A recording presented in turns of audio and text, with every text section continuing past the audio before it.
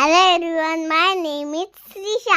Finally, Nerul ते कारला प्रवास करून आम्ही पोचलो आई एकविराच्या दर्शनाला. आई एकविराच्या परिसरात आल्यावर प्रसन्न वाटत होतं. मी पहिल्यांदा आईच्या दर्शनाला आले होते.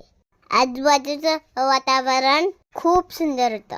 आईच्या दर्शनाला स्वतः पाऱ्या ठरवलं.